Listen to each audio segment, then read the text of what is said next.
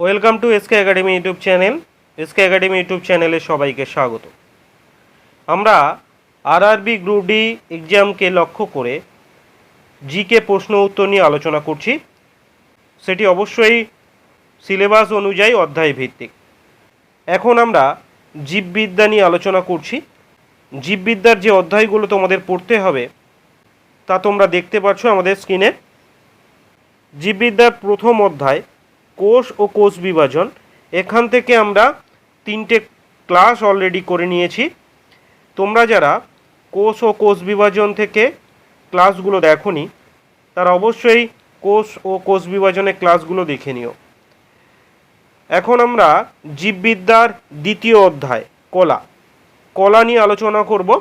আজকে মেনলি আমরা প্রাণী কলা নিয়ে আলোচনা করব। পরের ক্লাসে আমরা উদ্ভিদ কলা নিয়ে আলোচনা করব। প্রাণী কলা এবং উদ্ভিদ কলা এখান থেকে আমরা মোট 3টে ক্লাস করব। ঠিক আছে? আরআরবি গ্রুপ ডি এক্সামের সঠিক প্রস্তুতির জন্য তোমাদের এসকে একাডেমি ইউটিউব চ্যানেলের প্রত্যেকটি ক্লাস ফলো করতে হবে।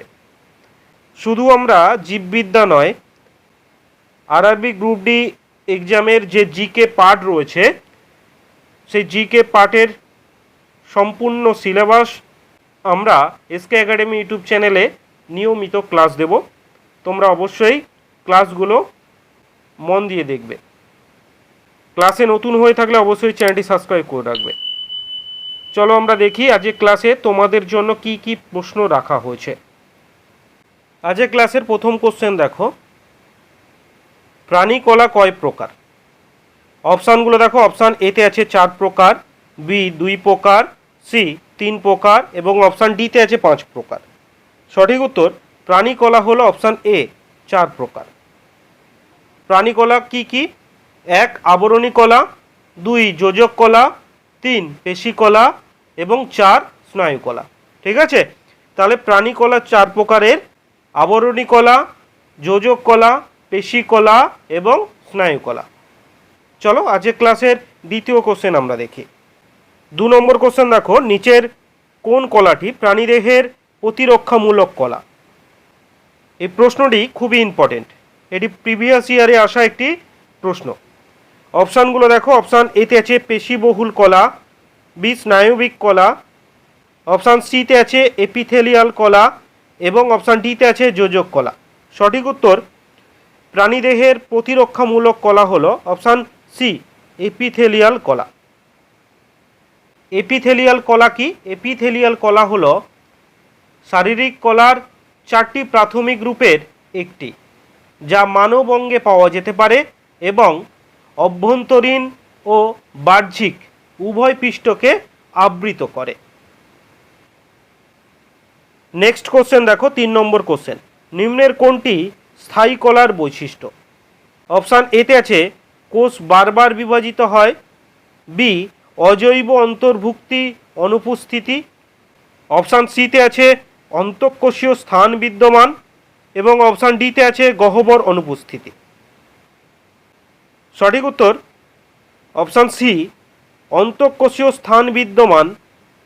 এটি হলো স্থায়ী কলার একটি বৈশিষ্ট্য। আমাদের ক্লাসের প্রত্যেকটি কোশ্চেন বাছাই করা এবং হুবহু কমনযোগ্য। আমরা প্রিভিয়াস ইয়ারে প্রশ্ন নিয়েও আলোচনা করছি।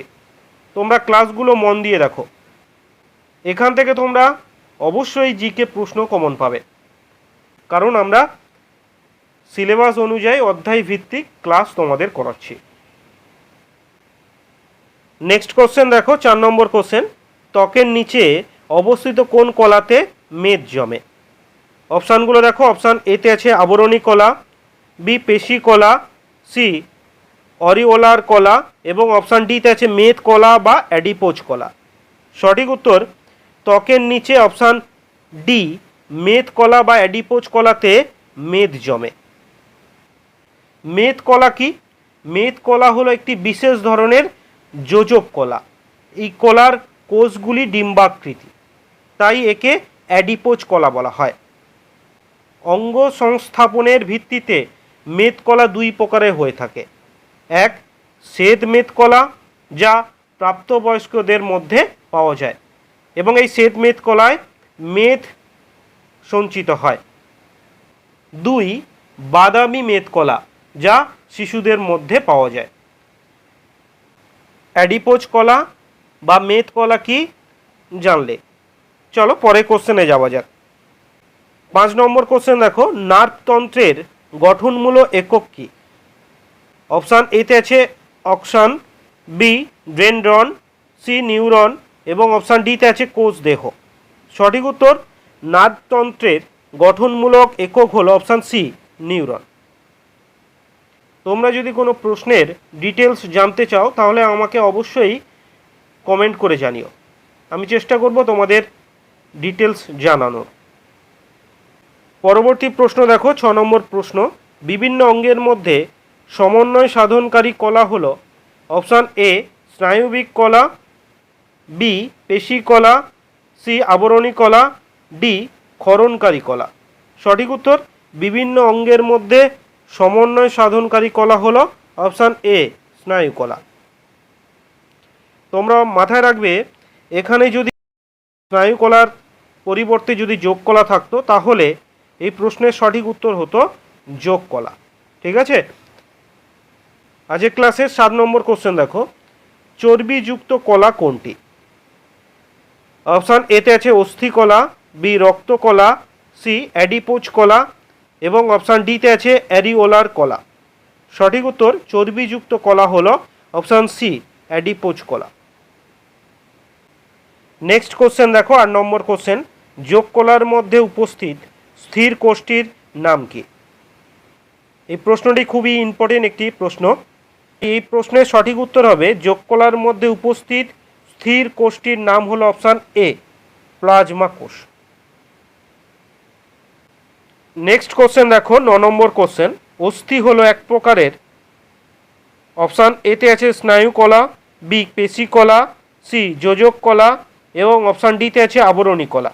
সঠিক উত্তর হবে অস্থি হলো এক প্রকারের অপশান সি যোজক কলা। পরবর্তী প্রশ্ন দেখো 10 নম্বর প্রশ্ন, কোন বহুকোষী প্রাণীটির দেহে স্নায়ুতন্ত্র থাকে না? খুব ইম্পর্টেন্ট কোশ্চেন। অপশান এতে আছে স্পঞ্জ, বি ফিতা কৃমি, অপশান সিতে আছে তারা মাছ এবং অপশান ডিতে আছে গোল কৃমি। সঠিক উত্তর অপশান এ স্পঞ্জ বহুকোষী প্রাণীটির দেহে স্নায়ুতন্ত্র থাকে না। নেক্সট কোশ্চেন দেখো 11 নম্বর কোশ্চেন, নিম্নের কোনটি তরল যোগ কলার উদাহরণ? অপশান এতে আছে তরুণাস্থি কলা, অপশান বিতে আছে পিত্ততন্ত্রময় কলা, সি রক্ত, ডি কোনোটিই নয়। এই প্রশ্নের সঠিক উত্তর হলো অপশান সি রক্ত হলো যোগ কলার একটি উদাহরণ। পরবর্তী প্রশ্ন দেখো 12 নম্বর প্রশ্ন, নিম্নলিখিত কোন প্রাণীর কেন্দ্রীয় স্নায়ুতন্ত্রটি ফাঁপা?